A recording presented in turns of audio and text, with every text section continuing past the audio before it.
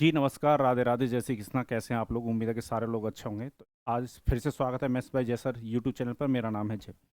आज जो मैं क्वेश्चन कराने जा रहा हूँ वो मैं आपकी थीम बता देता हूँ। आज हम डायमंड पर बेस क्वेश्चन करेंगे, हीरे पर आधार प्रश्न करेंगे, जिसमें डायमंड को तोड़ने की बात होगी। ठीक है। और आपने अभी तक जो क्वेश्चन पढ़े होंगे डायमंड पर बेस, वो एक बार तोड़ने पर वाले क्वेश्चन पढ़े होंगे।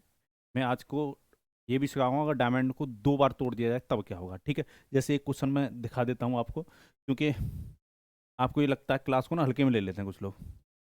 ठीक है। तो दो दो बार तोड़ने की बात होगी, परेशान नहीं होना, बिल्कुल सारे क्वेश्चन बहुत अच्छी तरीके से आपको समझ में आएंगे। ठीक है। पर उससे पहले कुछ बातें आपको मैं समझाता हूँ, क्योंकि हमें चीज़ों के बारे में नॉलेज होना बहुत ज़रूरी है, तभी आप क्वेश्चन बना पाओगे। ठीक है। और हीरे के बारे में एक कहावत है, क्लास से पहले मैं आपको बताना चाहूँगा कि हीरा जब तक ज़मीन में होता है तब तक उसकी कोई कीमत नहीं होती। जैसे ज़मीन से बाहर आता है, आप उसको ढूंढ लेते हो, ज़मीन से बाहर आता है तो फिर दुनिया जानती है कि वो हीरा है। ठीक है ना। यही चीज़ आपके साथ भी है। परिस्थितियों में हो सकता है आप अभी दबे हों, पर परिस्थितियों से जैसे ही बाहर आओगे तो दुनिया जानेगी आप वाकई में डायमंड हो। ठीक है ना। तो चलिए, तो यही प्रयास करना है, थोड़ा सा समझिएगा। जैसे मान लो कोई हीरा है, ठीक है, कोई डायमंड है। क्वेश्चन ये कह देगा कि उसका जो प्राइस है उसके वेट के स्क्वायर के डायरेक्टली प्रोपोर्शनल है। ठीक है ना। पहली कंडीशन ये लगाएगा कि कोई डायमंड है, उसका जो मूल्य है यानी जो प्राइस है, जो कीमत है, वो उसके भार के वर्ग के वेट को, मतलब सॉरी, समानुपाती है। ठीक है ना। वेट के स्क्वायर के डायरेक्टली प्रोपोर्शनल है क्या? प्राइस। अब क्वेश्चन ये कह देगा कि किसी डायमंड को, किसी हीरे को जो तोड़ा गया वो 1:2:3 में तोड़ा गया।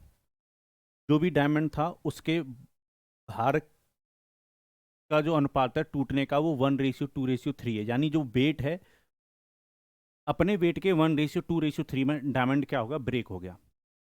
तो सबसे पहले आपको ये समझना है कि ये क्या वेट है। ठीक है ना। ये क्या वेट का रेशियो है। ठीक है। अच्छा, अब यहां से दो चीजें बनेंगी। एक, टूटने से पहले यानी इनिशियल जो वेट रहा होगा। ठीक है। इनिशियल जो वेट रहा होगा टूटने से पहले, तो ये तो 1:2:3 में टूटा, यानी 1 यूनिट, 2 यूनिट और 3 यूनिट के रेशियो में टूटा है। टूटने से पहले जो वेट रहा होगा, इनिशियल जो वेट रहा होगा, अगर मैं शुरुआती भार की बात करूं, इनिशियल जो वेट रहा होगा टूटने से पहले, वो तीनों को जोड़ने पर आएगा, 1+2+3, यानी 6 यूनिट रहा होगा। क्या ये बात आप समझ पाए हो? भाई अगर कोई चीज़ 1:2:3 में टूट रही है तो टूटने से पहले कितनी रही होगी? 6 रही होगी।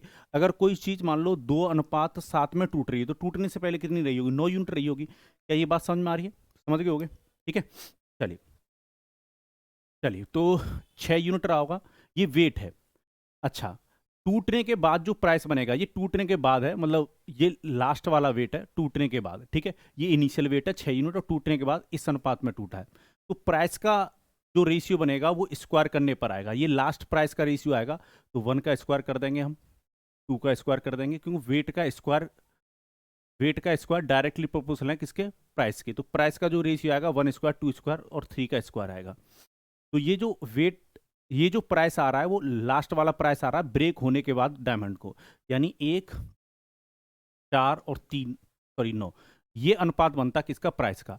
पर टूटने से पहले अगर प्राइस देखोगे, अगर टूटने से पहले इनिशियल प्राइस देखोगे तो 6 का स्क्वायर होगा, यानी कितना प्राइस रहा होगा? 36 यूनिट रहा होगा। उम्मीद है ये बात आपको समझ में आई होगी। ठीक है ना। ये इनिशियल बात हो रही है, जब टूटा होगा उससे पहले 6 यूनिट रहा होगा, तो वेट का स्क्वायर करेंगे, 6 का स्क्वायर 36, यानी प्राइस ना 36 यूनिट रहा होगा। और टूटने के बाद अगर प्राइस देखते हो, इनके वेट का स्क्वायर कर दोगे, जो अलग अलग टूटा अलग अलग वेट का स्क्वायर हो जाएगा। ठीक है। बात समझ में आई? बात की गहराई को समझे तो यहाँ तक किसी को कोई कष्ट या परेशानी नहीं होनी चाहिए। हो सकता है थोड़ा सा कम समझ में आए हो, क्वेश्चन से ज़्यादा समझ में आएगा। जैसे क्वेश्चन आपसे बोलेगा इस तरीके से, क्वेश्चन कह रहा था value of diamond directly proportional to the square of its weight. ठीक है। क्वेश्चन ने बोला है, यहाँ पर पहली कंडीशन ये लगा दी कि जो वैल्यू है यानी जो प्राइस है डायमंड का, वो directly proportional square of its weight. A diamond unfortunately break into the three pieces, in three pieces with weight in the ratio 3:4:5, thus a loss of 9.4 lakh is what is the actual value of diamond। Question कह रहे हीरे की कीमत उसके वजन के वर्ग के समानुपाती है। हीरे की जो कीमत थी वो वजन के वर्ग के समानुपाती है। ठीक है। हीरा गलती से 3 टुकड़ों में टूट जाता है। ठीक है। इंसान गलती से टूटता है, गलतियों पर ही टूटता है।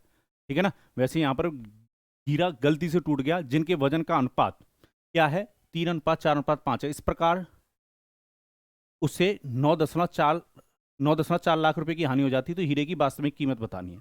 चलिए, तो आप ये सोचो कि टूटने से पहले हीरा का जो वेट रहा होगा वो कितना रहा होगा। टूटने से पहले 3, 4 और 5 को जोड़ो। वेट जो रहा होगा टूटने से पहले, इनिशियल जो वेट रहा होगा, W मतलब वेट और I मतलब इनिशियल, इनिशियल जो वेट रहा होगा टोटल, वो कितना रहा होगा, 3 + 4 + 5 यानी कितना, 12 यूनिट। कितना रहा होगा, 12 यूनिट रहा होगा। ठीक है, कितना रहा होगा, 12 यूनिट। और टूटने के बाद वेट जो बनना है वो 3, 4, 5। ध्यान रखिएगा, टूटने के बाद ये वेट बना है। टूटने से पहले तीनों टुकड़ों को जोड़ लो। टूटने से पहले जो कंप्लीट डायमंड होगा उसका वेट रहा होगा 12 यूनिट। आप मुझे बताओ इनिशियल प्राइस कितना आता। इनिशियल प्राइस कितना आता, शुरुआत वाला प्राइस, पी मतलब प्राइस मान के चल रहे हैं, आई मतलब इनिशियल। इनिशियल प्राइस कितना आता, तो आप कहोगे वेट के स्क्वायर के, वेट का वर्ग करना है और वजन का क्या करना है, वर्ग। तो 12 का अगर स्क्वायर कर दोगे तो कितना आएगा प्राइस, 144 यूनिट। क्या ये बात समझ में आई? 144 यूनिट इनिशियल प्राइस रहा होगा डायमंड का टूटने से पहले। ठीक है, अब ये जो 12 यूनिट भारता डायमंड का, वो किस अनुपात में टूटा, 3, 4 और 5 के वेट में टूटा है। टूटने के बाद जो लास्ट वाला प्राइस बनेगा, लास्ट प्राइस बनेगा, L मतलब लास्ट और P मतलब प्राइस। लास्ट जो प्राइस बनेगा वो अलग अलग वेट का स्क्वायर करना पड़ेगा, क्योंकि पहले वाले टुकड़े का वेट 3 यूनिट है, दूसरे वाले टुकड़े का वेट 4 यूनिट है और तीसरे वाले टुकड़े का वेट 5 यूनिट है। और जो प्राइस है वो वेट के स्क्वायर के डायरेक्टली प्रोपोर्शनल है। तो वेट के स्क्वायर कर दो, तो पहले 3 यूनिट का स्क्वायर करोगे कितना आएगा, 9, 4 का करोगे कितना, 16 और 5 का स्क्वायर करोगे 25। यहां पर आप देखोगे कि जो वेट आ रहा है वो कितना यूनिट आ रहा है, 9 और 16 25 और 25 यानी 50 यूनिट आया। प्राइस जो आया वो 50 यूनिट आया। उम्मीद है ये बात आपको समझ में आ गई होगी। ये ध्यान रखिएगा, लास्ट प्राइस है टुकड़ों का टूटने पर जो टोटल प्राइस बनता है वो 50 यूनिट। टूटने से पहले डायमंड की जो कीमत रही होगी वो 144 यूनिट। क्वेश्चन ये कह रहा है कि जब ये जो डायमंड टूटा तो उसकी कीमत में कितने की कमी आ गई, 9.4 लाख की कमी आ गई। 9.4 लाख की क्या आ गई, कमी। हमारे अकॉर्डिंग कितने की कमी आ रही है, लॉस कितने का जा रहा है। पहले डायमंड की कीमत थी 144 यूनिट, अब है 50 यूनिट, तो चेंज कितने का आ रहा है, 9.4 यूनिट, सॉरी 94 यूनिट का। यानी लॉस कितना चला गया, 94 यूनिट का। भाई पहले जो प्राइस था डायमंड का वो 144 यूनिट था, बाद में जो प्राइस है वो 50 यूनिट है। तो जो लॉस गया, अगर कोई चीज पहले 144 यूनिट की थी अब 50 यूनिट की रह गई, तो 94 यूनिट लॉस है अकॉर्डिंग टू रेशियो। क्वेश्चन ने इसको प्राइस में बता रखा है 9.4 लाख। तो 94 यूनिट का जो मान है वो कितना लोगे आप, 9.4 लाख लोगे। ठीक है, चलिए यहां से 1 यूनिट का मान अगर आप निकालोगे तो आप देखोगे 9.4 लाख में 94 यूनिट से क्या दे दो, डिवाइड। पॉइंट अगर मैं यहाँ से हटाता हूँ तो यहाँ पर जीरो बढ़ जाएगी, ये 1 बार कटेगा 94 से और 10 टाइम्स कटेगा, तो मैंने देखा 1/10 लाख, ये 1 यूनिट का मान आया, ये 1 यूनिट का मान आया। पर क्वेश्चन ने मुझसे क्या पूछा, what is the actual price. तो एक्चुअल प्राइस कितना था, 144 यूनिट था। 144 यूनिट का मान निकालने के लिए आपको क्या करना होगा, जो 1 यूनिट की कीमत आ रही है उससे मल्टीप्लाई करना होगा। इनिशियल जो प्राइस था वो कितना था, इनिशियल प्राइस पूछा, यानी 144 यूनिट का मान निकाल लो। 144 यूनिट का मान कैसे निकालोगे, 144 में मल्टीप्लाई कर दो 1/10 लाख से। जब 10 से डिवाइड लगेगा तो कितनी कीमत आएगी, 14.4 लाख। इनिशियल कीमत जो रही होगी डायमंड की वो 14.4 लाख रही होगी। अगर लास्ट वाली कीमत पूछी जाती तो मैं 50 यूनिट के साथ 1/10 यूनिट का मल्टीप्लाई करता। यानी अगर लास्ट में कीमत पूछी जाती कि जब हीरा टुकड़ों में टूट गया उसके बाद कीमत क्या रह गई होगी, तो कितना आता, 50 यूनिट का मान आता 5 लाख, यानी 5 लाख फिर आंसर होता। पर इनिशियल पूछिए तो इनिशियल कितनी होगी, 14.4 लाख। ऑप्शन नंबर सी क्या होगा, आंसर होगा। उम्मीद है डायमंड के क्वेश्चनों में आज के बाद मैं आपको कोई दिक्कत आने नहीं दूंगा, मतलब समझ में आ जाएंगे आप। आज ना सारी चीज़ सीख जाएंगे। इन क्वेश्चनों को लेकर आप बहुत परेशान रहते हो, और अब ना मैथ में आपको कोई दिक्कत नहीं आएगी, बस पढ़ते रहो आप लोग, ठीक है।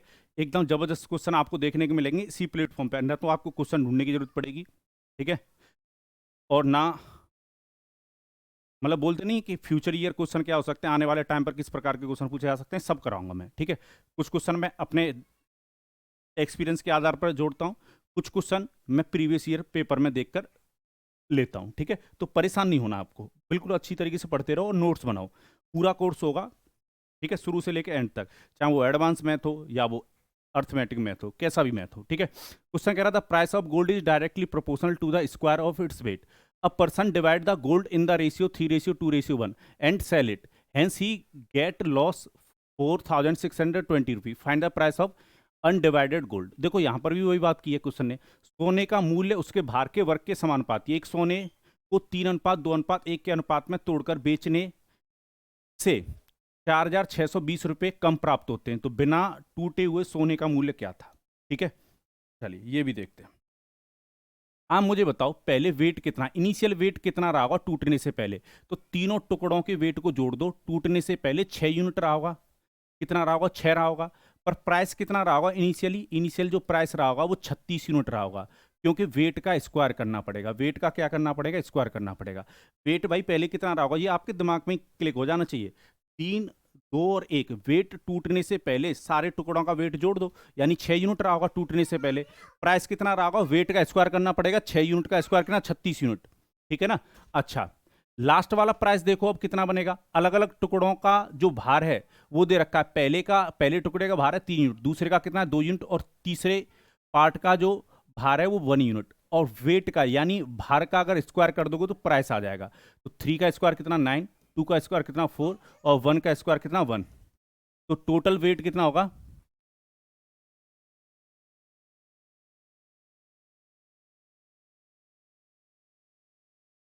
चलिए 9, 4 और 1 कितना 14 यूनिट।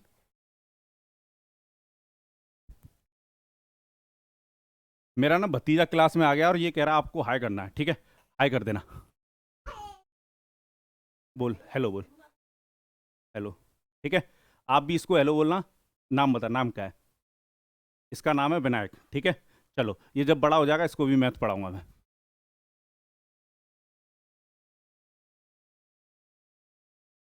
चलिए, तो टूटने के बाद जो टुकड़ा बनेगा वो कितना बनेगा, 14 यूनिट वेट बनता टूटने के बाद। चलिए अब क्वेश्चन ये कह रहा है इस प्रकार से जो बेचने पर कम प्राप्त हुआ है रुपया, वो 4,620 रुपये कम प्राप्त हुए हैं।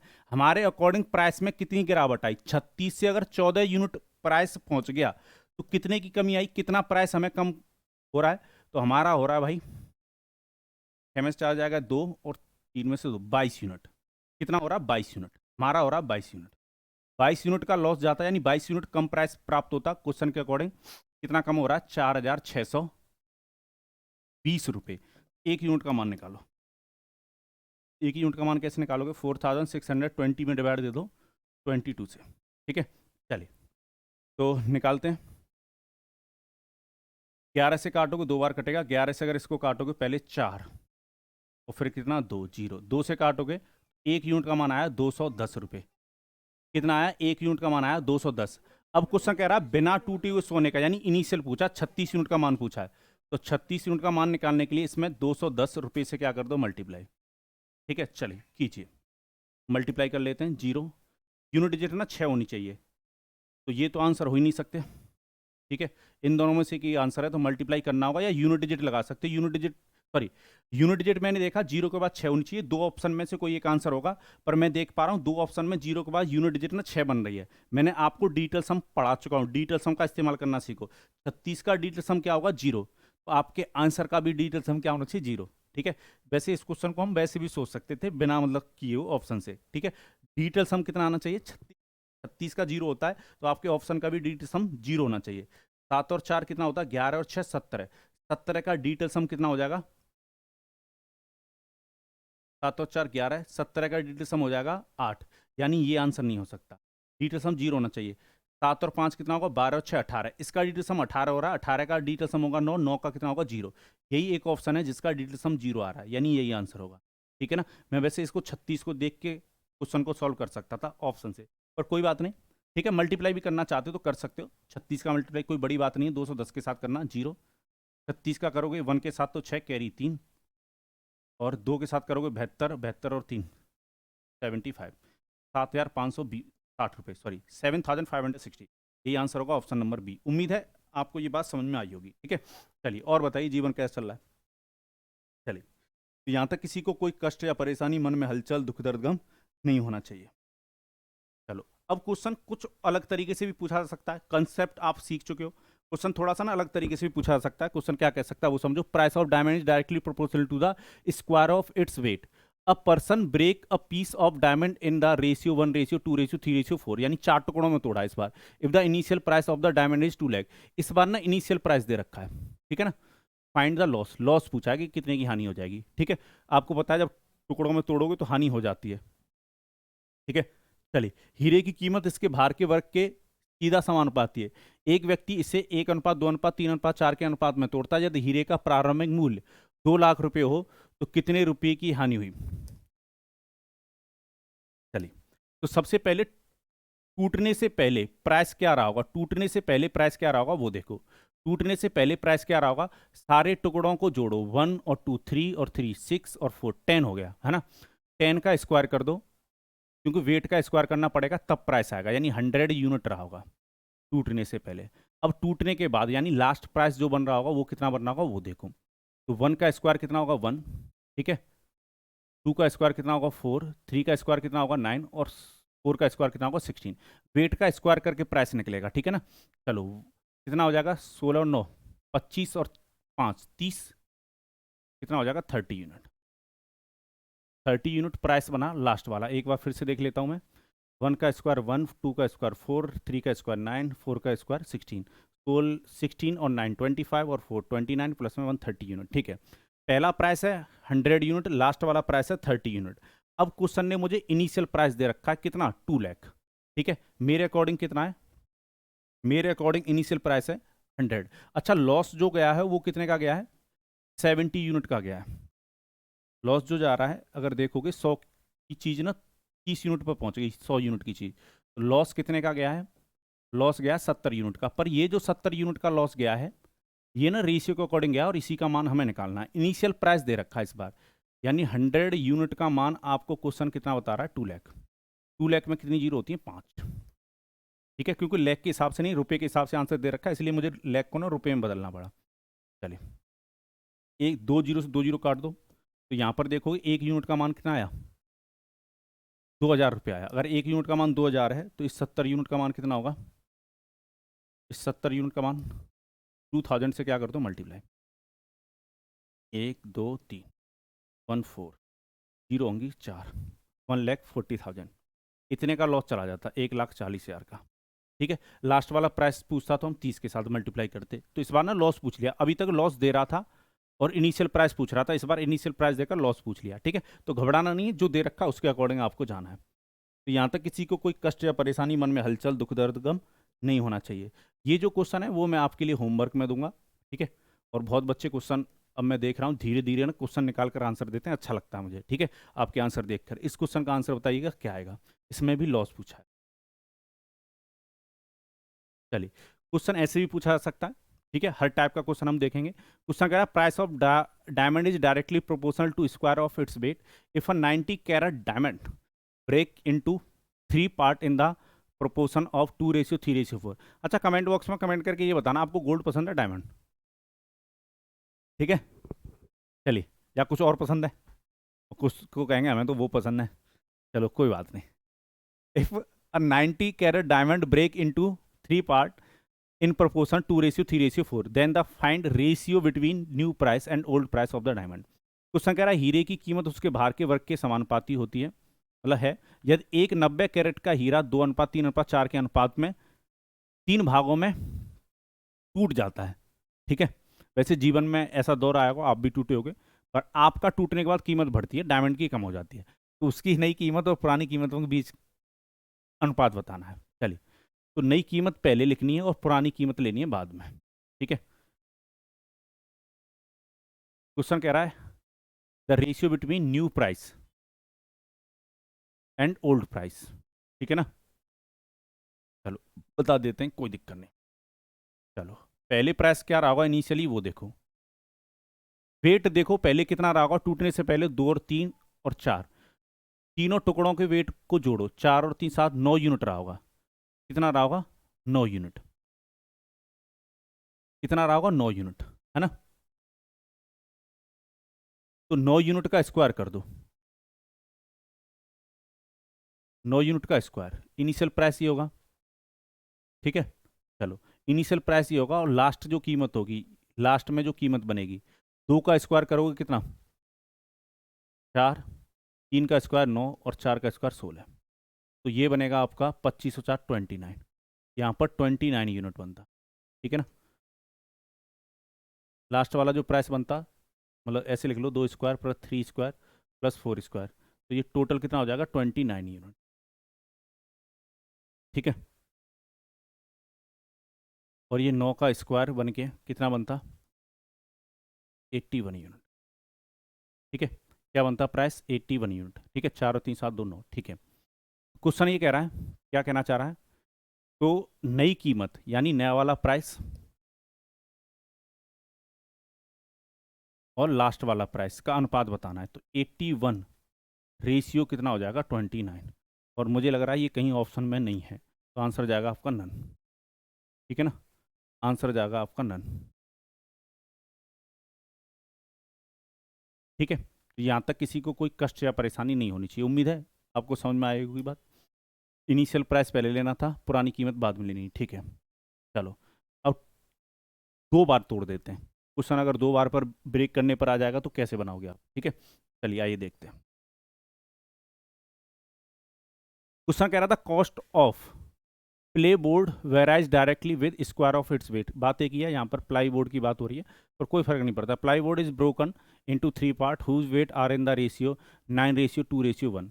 If the plywood had been broken into 3 parts whose weight are in the ratio 7:3:2, then there would have been a further loss of rupee 448. What is the actual cost of the original plywood?